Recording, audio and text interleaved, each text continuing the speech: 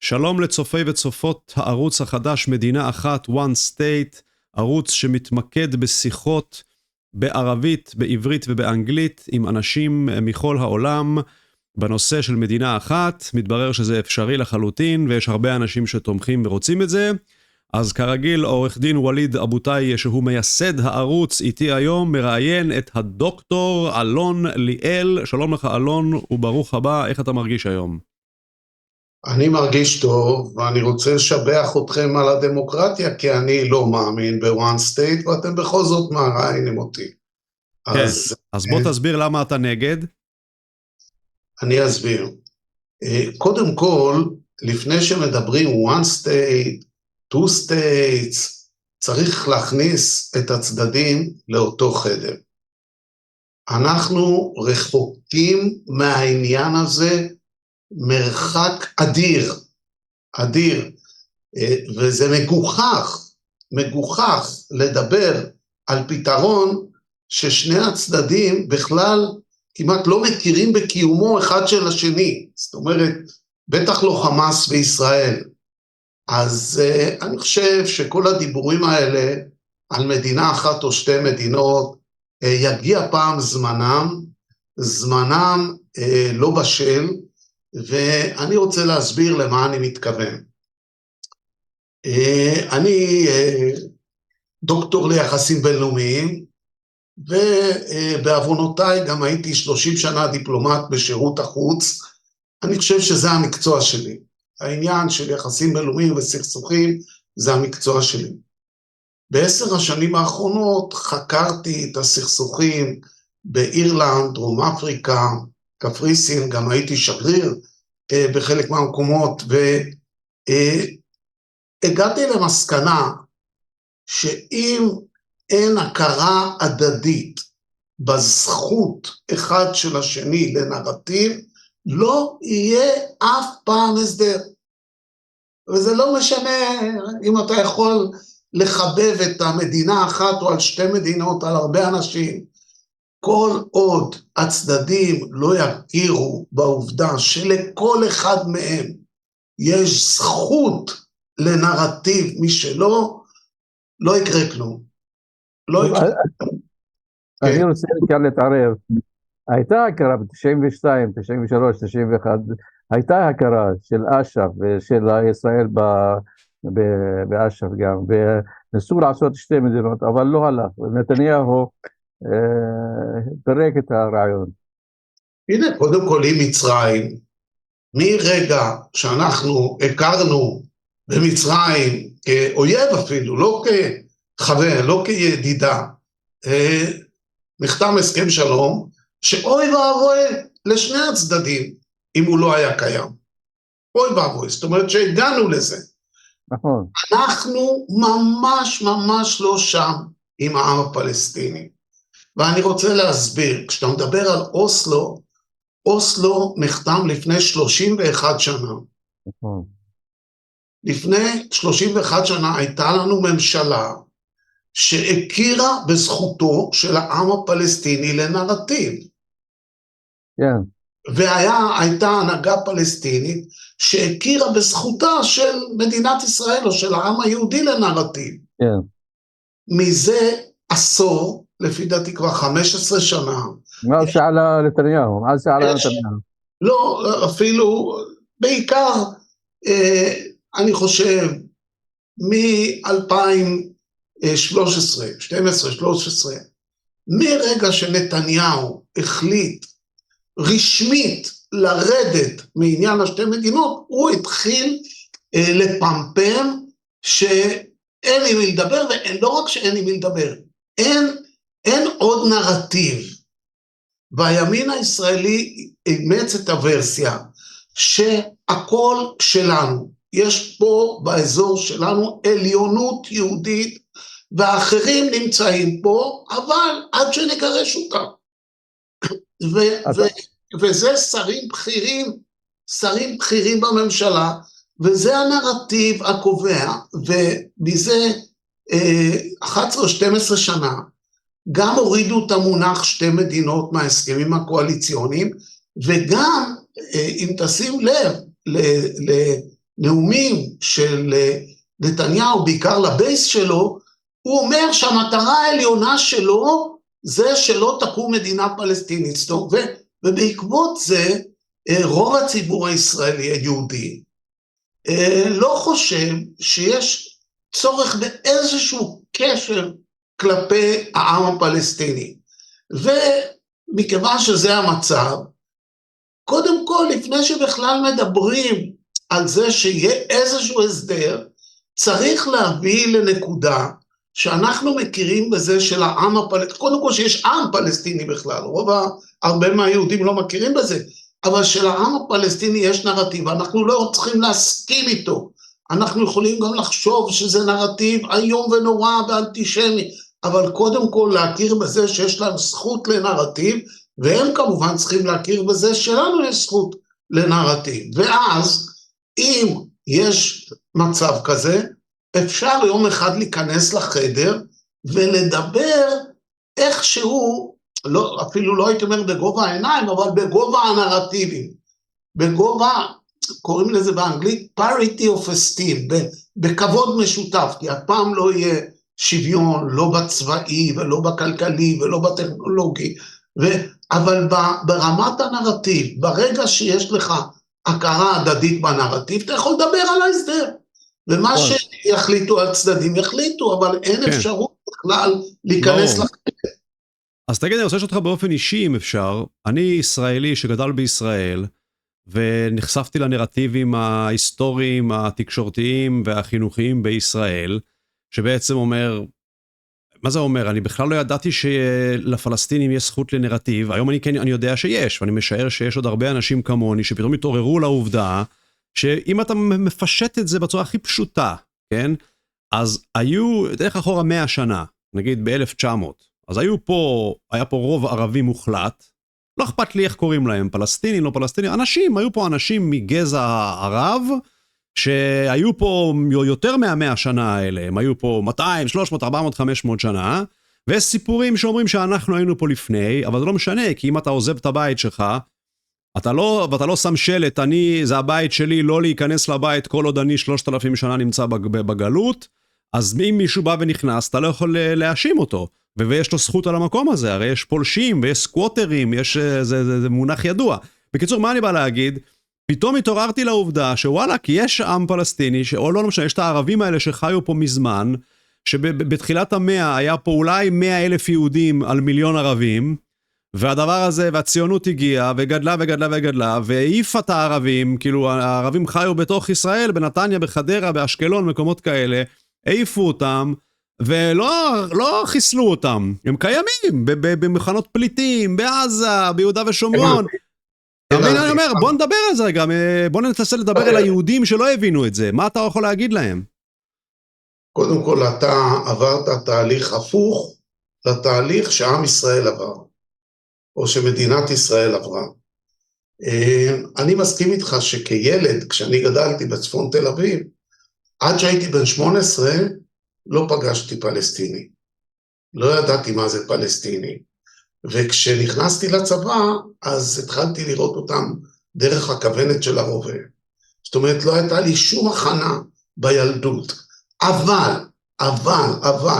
אם אתה מסתכל על מדינת ישראל, בשנות ה-80 וה-90, או לפחות בחצי הראשון של ה-90, הייתה פה ממשלה שהכירה בזכותו של העם הפלסטיני, לדון איתה, להידבר איתה. על זה נרצח רבין. מכיוון שרבין הגיע למסקנה שיש עם מי לדבר וצריך לדבר, ונכנס איתם לחדר והגיע איתם להסכמות, הוא נרצח. מאז שהוא נרצח עברו הרבה שנים. ומאז החל תהליך הפוך למה שאתה עברת. נוצרה דחייה משיחית לאומנית של הנרטיב הפלסטיני, מתוך איזושהי הבנה שאנחנו לא רוצים לחלק איתם שום דבר, ולכן אין להם שום זכות לכלום, הם אוויר. אנחנו, הגזע העליון, יש פה עליונות יהודית ברורה בשטח, לנו הבטיח הקדוש ברוך הוא את האדמה, הם התגלגלו לפה במקרה, וכמו שהם התגלגלו פנימה, הם התגלגלו גם החוצה. זאת אומרת, מדינת ישראל, היהודים במדינת ישראל, עברו תהליך הפוך למה שאתה עברת. ויש סחף ימינה לכיוון המשיחי. איך אבל זה קורה? איך זה קורה דבר כזה? אני ככל שאני יותר מבין את זה, אני יותר בשוק. אני הולך לחנויות, אני רואה ערבים עובדים בכל מיני חנויות, אתה רואה רופאים ערבים עובדים, אתה מבין שיש דבר כזה שנקרא עזה, ומאיפה הם באו, ושטחים, וכל מה שקורה פה, ואני אומר, בוא'נה, איך? הרבה אנשים, אם תשאל אותם לגבי הערבים, יגידו לך, לא יודעים, כאילו, מה דעתכם על העם הפלסטיני? יגידו לך, וואלה, לא יודע. איך אתה מסביר את זה? רגע, אני שאלתי שאלה, אבל ווליד, אז אתה בעצם מבטל את השאלה שלי, ואומר, לא, בוא נשאל שאלה אחרת. איך נגיע לשלום ככה? בסדר. טוב, שאלו שאלות קצרות, כי אני בגיל שאם השאלה ארוכה, אני לא זוכר את ההתחלה. כן, אני גם, אם אתה חוזר על עצמך, אני ברשותך אעצור אותך, כן. בסדר, אני אשתדל לא לחזור על עצמי. היו פה כמה סיבות. הראשונה היא הדמוגרפית. השתנה הרכב האוכלוסייה.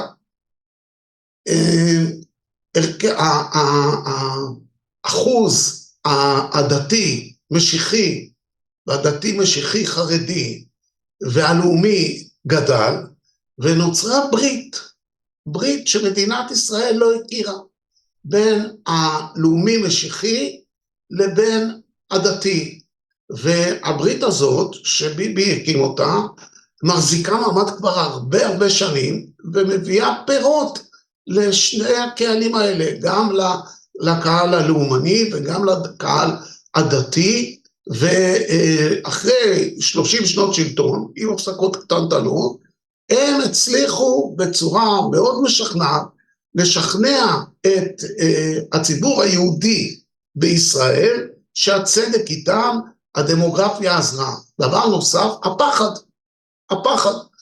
באמת קרו פה דברים נוראים, עוד לפני ה7 באוקטובר. הייתה פה אינתיפאדה נוראה בין 2001 ו-2003, והחוגים המשיחיים, לאומניים, שיחקו על הפחד של רוב הציבור היהודי, והגענו למה שהגענו. אבל תראה, אני דווקא לא רוצה להתמקד בהיסטוריה. אני רוצה להתמקד בהווה ובעתיד. ובהיסטוריה כל אחד יגיד שהוא צודק, ואם ניכנס לנבירה בהיסטוריה, לא נגיע אף פעם להווה.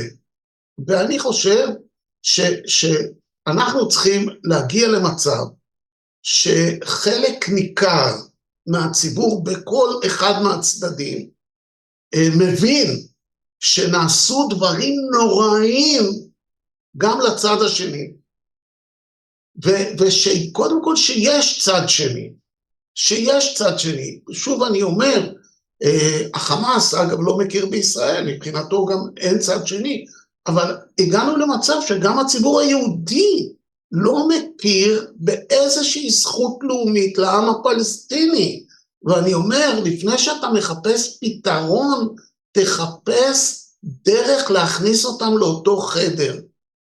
בזה צריך להתמקד המאמץ. כן. מה רצית ווליד לשאול? אני רציתי להגיד, כי אתה דוקטור ליחסים בינלאומיים, אני גם בזמנו למדתי יחסים בינלאומיים. מה שקובע חוץ מהמנהיג של המדינה, גם המדינה בעצמה, וגם הצד השני, וגם את דעת הקהל הבינלאומית, גם יש דעת קהל בינלאומית, ויש עם שקיים, ו7 מיליון פלסטינים, ו7 מיליון יהודים בארץ, אי אפשר להתעלם כל הזמן, ואתה בעל ניסיון בסכסוכים של דרום אפריקה, ושל בלפאסט, ושל כפר סין, מה אתה אומר על זה? אני אשמח לספר לכם, כי בדיוק השבוע יצא הספר שלי, הוא עוד לא בחנויות אפילו. מזל טוב. 15 שנה עבדתי עליו. נכון. יחד עם עיתונאי, זיכרונו לברכה, נפטר לפני למעלה משנה, יהודה ליטני. ונסענו וראיינו 40 דמויות מרכזיות בשלושת הסכסוכים האלה. אנשים שהקדישו את החיים שלהם לפתרון הסכסוכים, וכל אחד בדרכו. חלק באלימות, חלק בלי אלימות, חלק בחתירה לפיוס, אבל הקדישו את החיים, שכבו על הגדר. אני חושב שהגענו לשתי מסקנות עיקריות.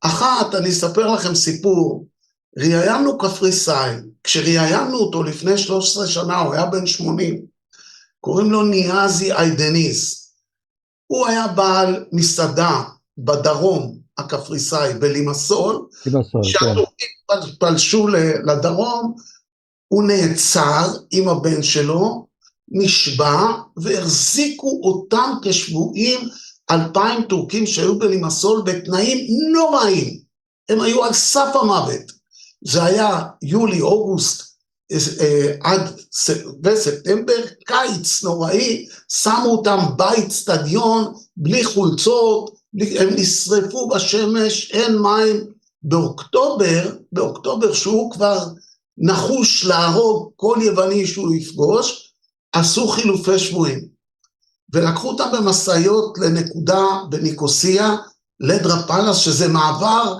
בין הצד הטורקי והיווני, והצעידו את הטורקים צפונה, והוא כל הזמן, הוא היה עם בן 16, חושב איך הוא יהרוג את היווני הראשון שהוא יראה, ואז הוא הסתכל שמאלה, והוא ראה את היוונים שחוזרים מהשבי הטורקי, והוא אומר, הם נראו בדיוק כמונו, שלדים, פצועים, מדממים, שרופים מהשמש, ונפל לי האסימון, הוא אומר, החשבון יושב מעל הרמה שלי, הם עינו אותנו, ואנחנו עינינו אותם, והגעתי לצפון קפריסין, ואמרתי, אני שם נקודה, אני מתחיל חיים חדשים, והוא נהיה אחד מאנשי העסקים הכי מצליחים בצפון קפריסין. אז קודם כל,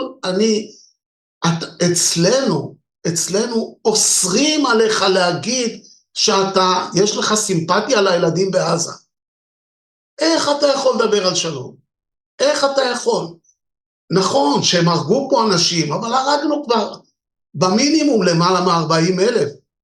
אני לא יודע איך סופרים את זה, כי זה נתונים של בתי החולים, אבל איך אתה יכול להגיד שלא עשינו להם שום דבר? איך אתה יכול להסתכל רק על מה שהם עשו לנו? זאת אומרת, אין בכלל את הראייה הזאת שמאפשרת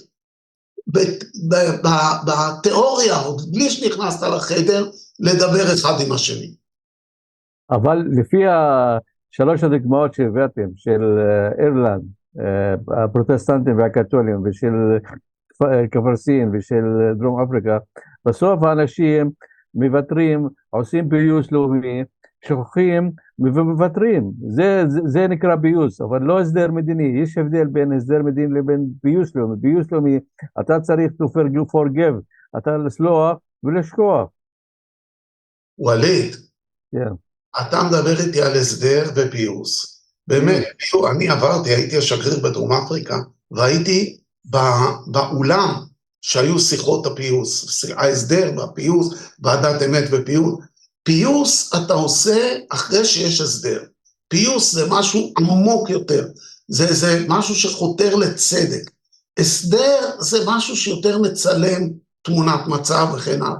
אנחנו לא בזה ולא בזה. אני אומר לך, אנחנו עוד לא במצב שאנחנו יכולים לדבר אחד עם השני. אנחנו בשלב כל כך מוקדם.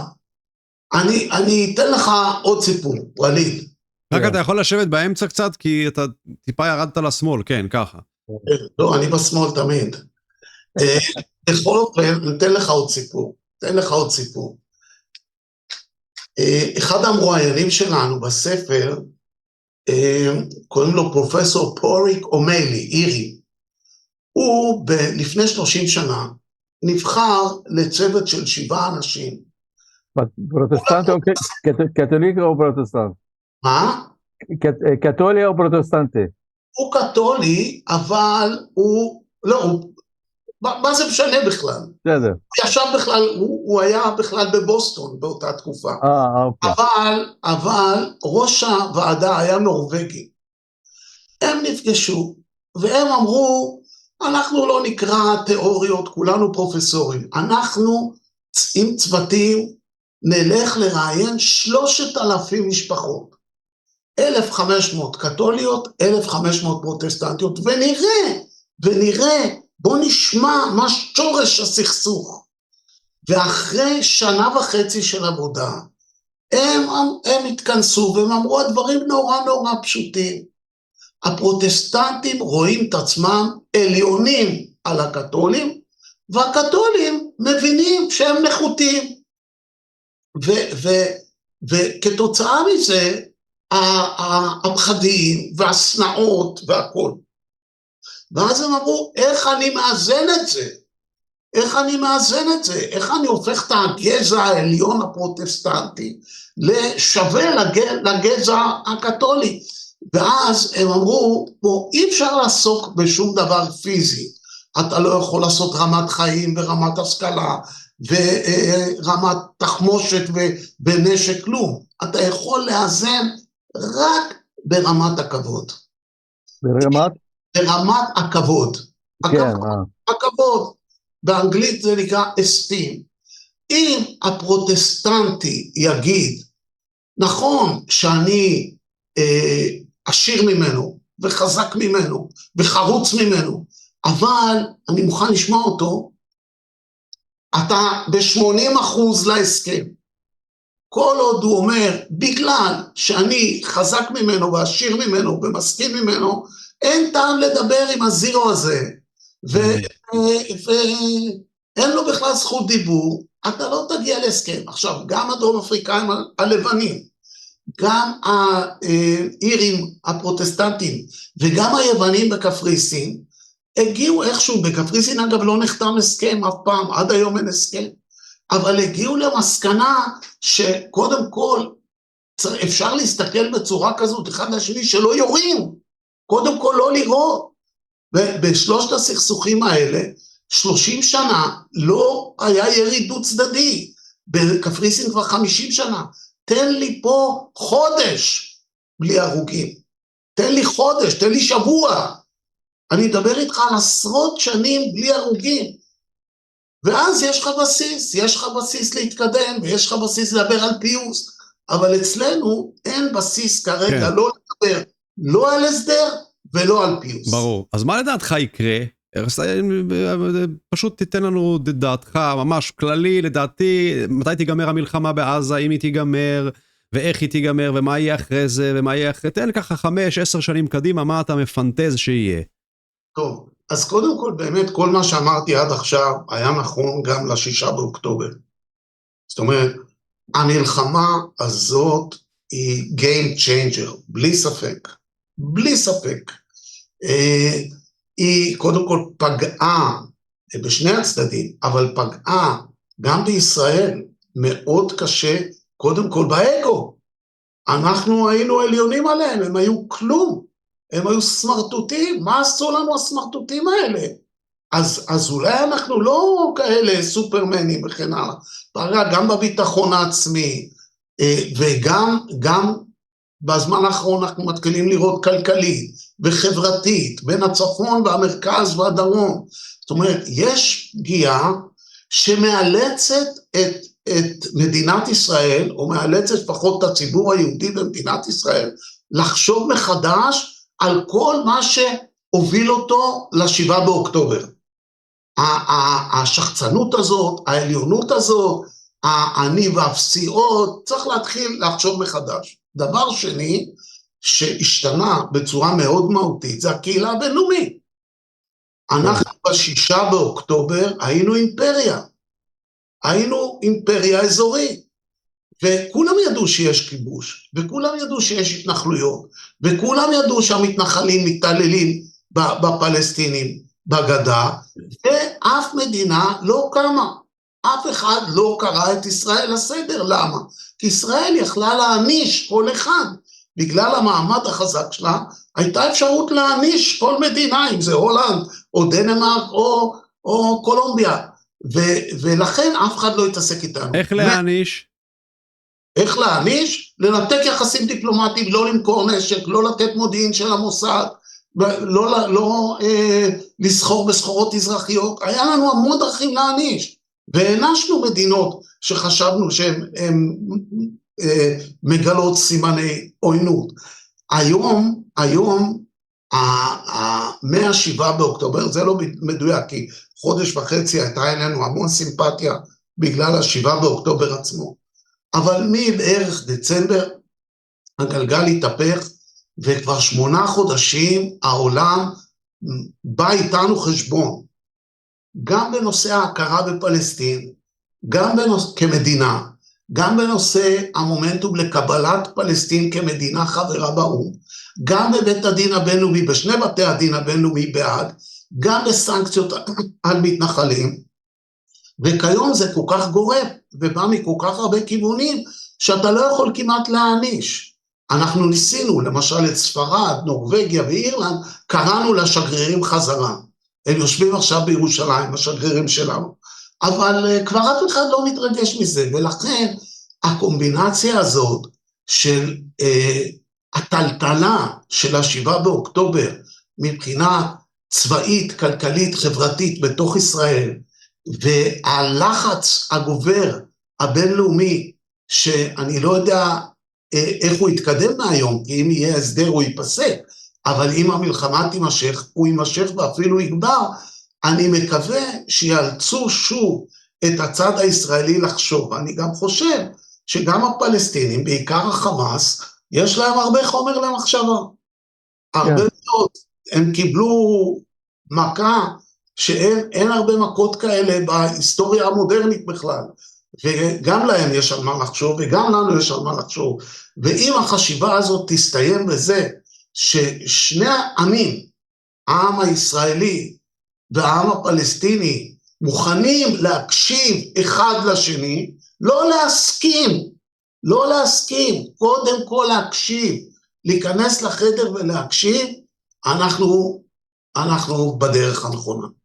רגע, אבל אתה לא, אבל סליחה שנייה, אני רק רוצה, אז בעצם מתי נראה לך שזה, אתה לא אומר מה נראה לך יקרה, אתה אומר שעלול לקרות מה שאתה אומר, אתה לא אמרת גם כמה זמן זה ייקח, אם בכלל, ואם זה יקרה, אז אולי משהו אחר, אבל אתה לא יותר ספציפי שתהיה. תראה, אני יכול לנתח את 10 חודשים, 10.5 חודשים האחרונים. אני לא יכול לנתח מכאן והלאה, אין לי מושג מה יהיה. אם אתה לא יכול, אז לא. אוקיי, וליד, מה רצית לשאול? כן, חבר שלי, אלון, בזמנו, אתה זוכר את פרופסור לובוביץ', נביא הזעם, הוא בשנת 80, אני הייתי בהרצאה, הוא חזה 3 דברים. הראשון, חזה את חיסול פירוק האפרטהייד של דרום אפריקה, זה היה בשנת 80, פירוק האפרטהייד היה ב-93-94, ומה חזה? חזה גם פירוק ברית המועצות והקמת המדינות הקטנות, וגם מה חזה?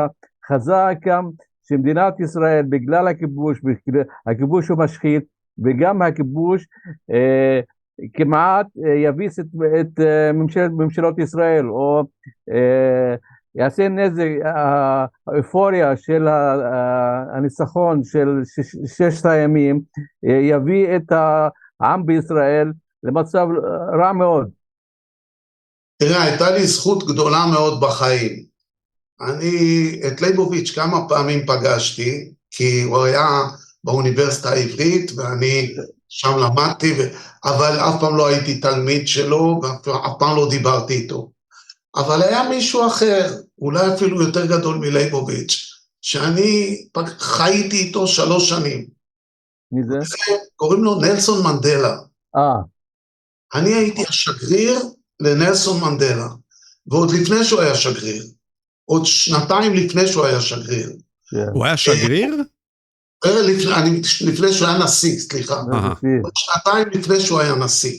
כשהוא שוחרר מהכלא ב-92, הוא שוחרר ב-90, אבל ב-92 אני מוניתי שגריר, הוא עוד ישב באיזה בניין ביוהנסבורג, שקראו לו של האוס, עם ההנהגה של המחתרת, והייתי מבקר אותו פעם בשבועיים, ובאפריל 2004 הוא נהיה נשיא, ואני נהייתי השגריר למנדלה, וגם אחר כך זכיתי לארח אותו בישראל, ואני חושב שבלי ספק מנדלה שינה לי את החיים. והוא שינה לי את החיים בזה שאחרי 27 שנים בכלא, שמתוכם 15 עם עבודת פרך, שבו הרסו לו את הברכיים ואת העיניים, הוא יצא מהכלא עם חיוך, ואמר, אני מוכן לשמוע את כולם, אני רוצה את כולם, אני לא רוצה נקמה, אני לא רוצה משפטי נירנברג, אני רוצה לסלוח לכולם, לדבר עם כולם. איפה תביא אחד כזה אצלנו? איפה תביא מנהיג היום?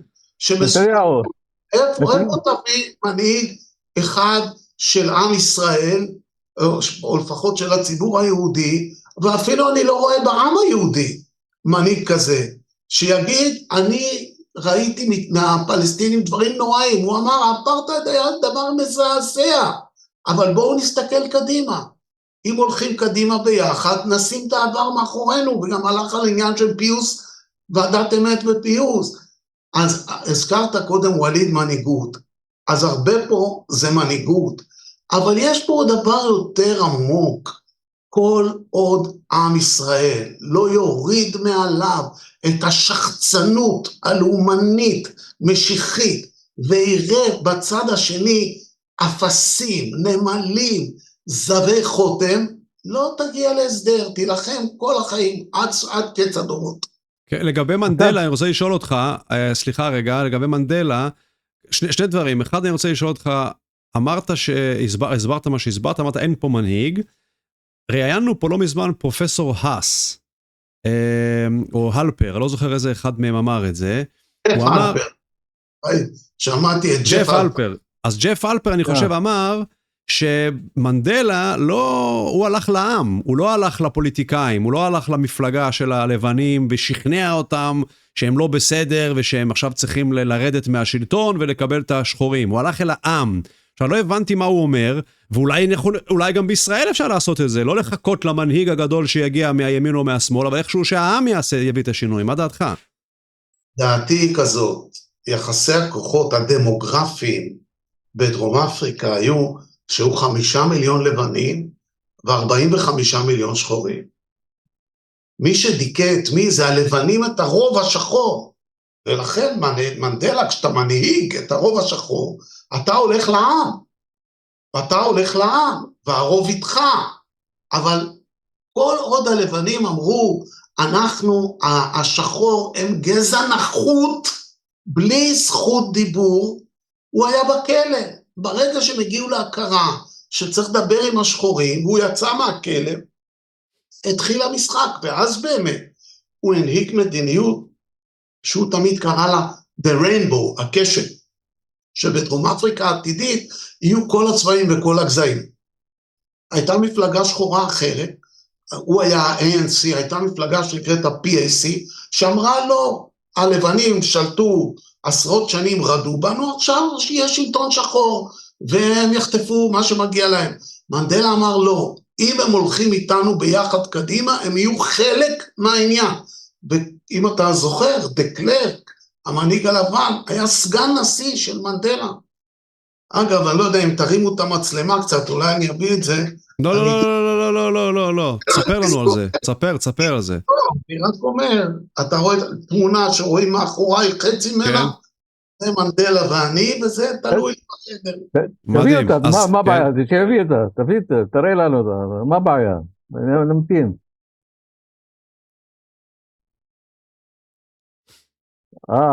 וואלה. קודם כל תראו כמה יפה הייתי פעם. היית צעיר איזה, היית מאוד חתיר. שמע, אתה יודע, יש לי את התמונה הזאת בחדר, ויש לי 7 נכדים. משאללה. וכל נכד בתורו, שהוא מגיע לכיתה ב' בג', הוא אומר לי, אבא, לימדו אותנו על זה שתלו אצלך בחדר. זאת אומרת, היום גם בבתי ספר בישראל, מלמדים אותך על גנדי, על מנדלה, על מרטין לותר קינג, רק לא מלמדים אותך שאנחנו צריכים לעשות מה שהם עשו, אבל לפחות מזכירים אותם. תגיד, יש אפרטהייד בארץ? תשמע, אתה יודע, קודם כל אני חושב לא יודע אם בצדק או לא בצדק, אני נחשב או נחשבתי למומחה מספר אחד לאפרטהייד בישראל.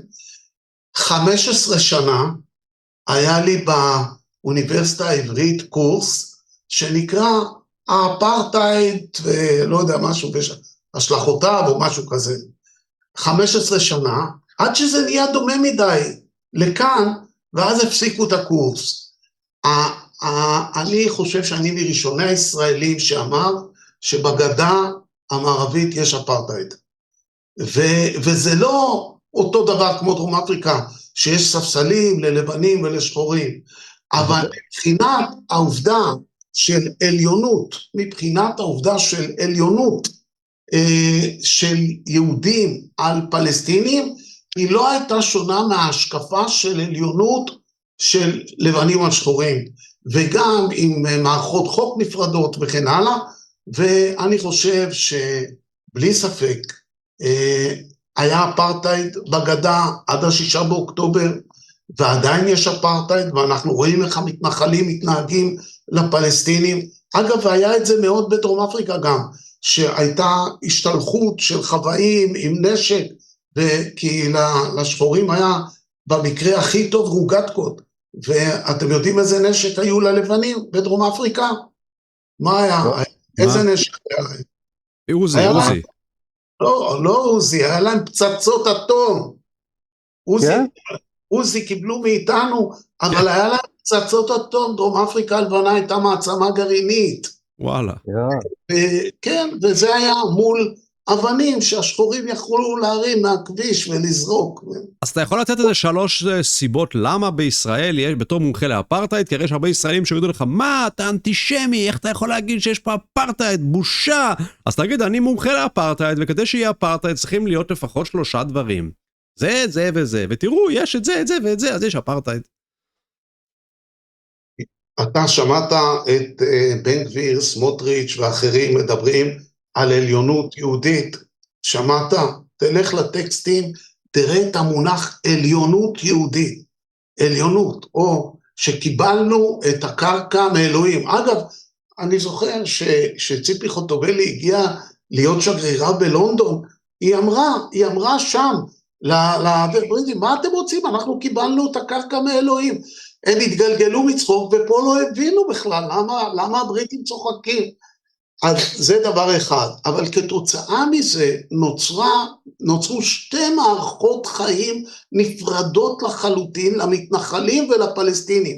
ושאני אומר מערכות נפרדות, זה גם בחוק.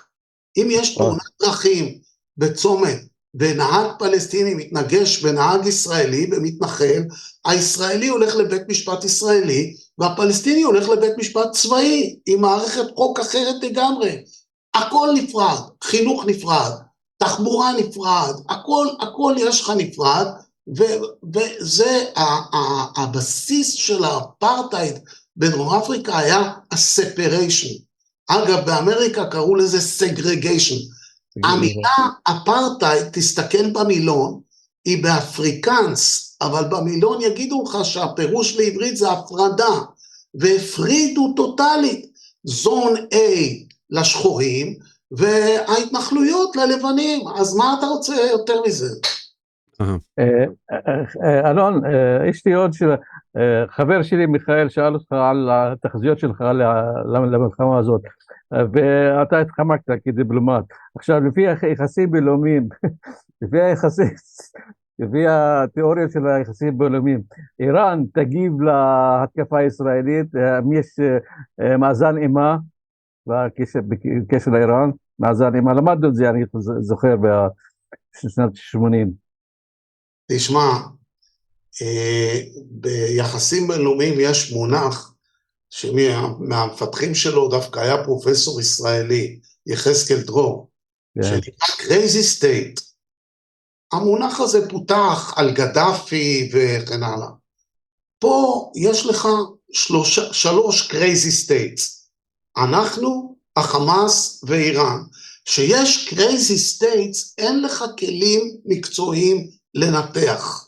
יש 3 גופים משוגעים שמתמודדים ביניהם, ובגלל זה אני בכלל לא מעז לדמיין אם המלחמה תיגמר עוד שעה, או עוד שנה, או עוד 10 שנים, כי כל עוד יש לך את השחקנים האלה, שהם כל כך unpredictable, ואתה, אין לך מושג על התחלת האג'נדות שלהם, ואתה יודע חלק מזה, אנחנו יודעים הרבה, אבל לא יודעים הכל, והם קובעים הכל לבד, 3 אנשים קובעים הכל לבד, ואתה רואה מה זה הממשלה הזאת, ומה זה הקואליציה הזאת, שיש לך 3 אנשים שקובעים הכל לבד, שום כלים של יחסים בינלאומיים לא עובדים.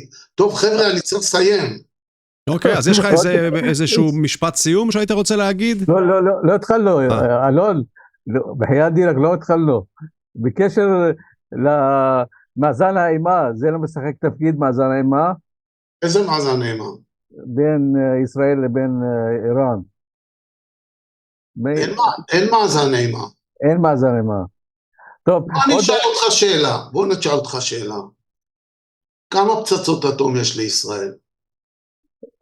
20? יותר, אולי 200, מעל 200, 400. נעשה בגוגל, הלו בישראל לא מדברים על זה. תסתכל בעיתונות המקצועית הבריטית. בוא נגיד ככה, שוב, זה מקורות חוץ מה שנקרא. כן, אז נגיד, כמה? עוד פצצות אטום. כמה יש לאיראן? רגע, לא שמעתי, כמה יש לישראל? 100. אוקיי, ולאיראן אין עוד. לאיראן עוד 100 תהיה אחת. רק תבין, אני לא ראיתי אותם בעיניים, אני לא מאשר את זה. כן, ברור. עיתונות מקצועית בעולם טוענת 100. כמה יש לאיראן? 0. כמה אתה אומר וליד? בדרך. עוד 100 תהיה 1. 0, כן. 0. והמנהיגות הישראלית הצליחה להפחיד את הילדים שלנו, את הנכדים שלנו, בצורה כזאת, שמי שלא יושן בלילה זה הילדים בישראל, לא הילדים באיראן. הילדים באיראן רגועים לגמרי. עכשיו, אין מאזן אימה. תראה איך נקנקנו את האיראנים, גנבנו להם את הארכיון הגרעיני, אנחנו תוקפים, הם ירו פעם אחת שהם ירו את 300 טילים, אירתנו 97% מהטילים, והשאר נפלו בשטח פתוח, אני יודע, אין פה מאזן אימים, הם לא שווים אלינו בכוח. אני אגיד לך, אגב, מאזן אימים, נכון, הוא התחלה באמת של הסדר, כי בקפריסין יש מאזן. הצבא הטורקי הוא הרבה יותר חזק מהיוונים, אבל בזירה הבינלאומית העולם הוא עם יוון, ונוצר טקו של עליונות מדינית יוונית ומול עליונות צבאית טורקית, וזה מנטרל אחד את השני. אנחנו מול הפלסטינים עליונים עליהם, גם צבאית, גם מדינית, גם טכנולוגית, בכל מה שאתה רוצה. הייתי רוצה לדבר איתך על המאמר שלך לפני חודש, חלוקה צודקת של סיום הסכסוך. עשית מאמר, כתבת מאמר מאוד מאוד מהלב, אבל כנראה צריך פעם אחרת. שאלה אחרונה, לפני זה, האם תהיה בחירות בישראל, נתניהו ינצח, אתה ימשיך להנהיג את המדינה, אם תהיה עוד כמה חודשים, עוד 6 חודשים. אתה רואה שנתניהו... תשמע, קודם כל, תיקח מישהו מומחה לפוליטיקה ישראלית, יש לי במקרה בת שהיא מומחית לפוליטיקה ישראלית בטלוויזיה, אני רואה מה היא יודעת על הפוליטיקה ומה היא 10 דרגות מעליי. התשובה שלי, מי ינצח, נתניהו או גנץ או איימן עודה, היא שווה, אין לי שום יתרון בזה. אז מה אתה כן רוצה לומר לסיום? אתה או לגבי מדינה אחת אולי, או לגבי... אני רוצה לומר לסיום, שכל הדיבורים על מדינה אחת או 2, הם בזבוז זמן, כל עוד לא יכירו העמים בזכות הדיבור אחד של השני.